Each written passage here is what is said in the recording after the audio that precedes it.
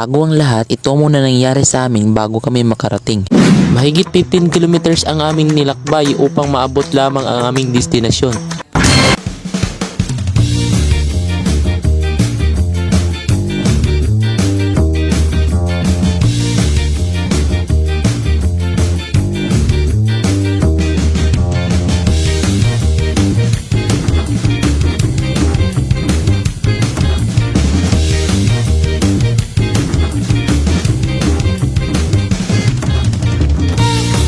Huminto kami saglit para magpahinga. Pagkatapos naming magpahinga, ready to go na kami ulit. Medyo malayo pa ang aming tatakbuhin. Let's go! Dito pala ay malapit na kami sa aming destinasyon. Medyo mabato yung daan, pero kaya pa rin. Sa sobrang init ng panahon, di mo talaga maiwasan na pawisan. Pagpunta mo dito, makikita mo talaga, dito ay malapit na kami. Konting-konti na lang kapag makita mo itong daan na ito at ito na yon. Dito ay nagparking na kami. Ang dami pala nakaparking dito. Dito ay pababa na kami. Sila pala ang aking mga kasama. Dito pa lang sa taas ay makikita mo na dito ay bumaba na kami para makita at malapitan ito.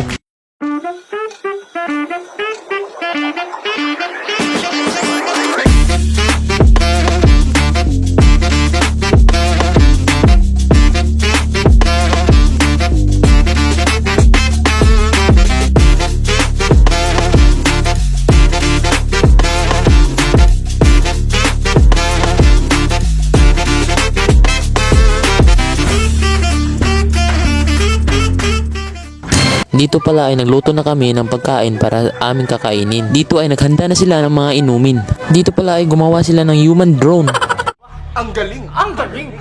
Magbukas ka pa ng tuna at kukulangin ng isa.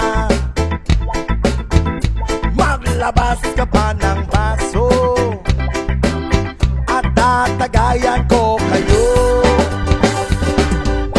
Pahingi naman ng yosi at paabot ng pangsindi.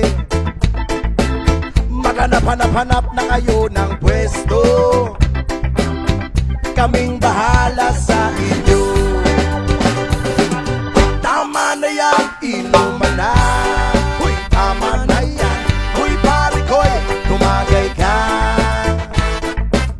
Nananabik na lalamunan, naghihintay na kaabang.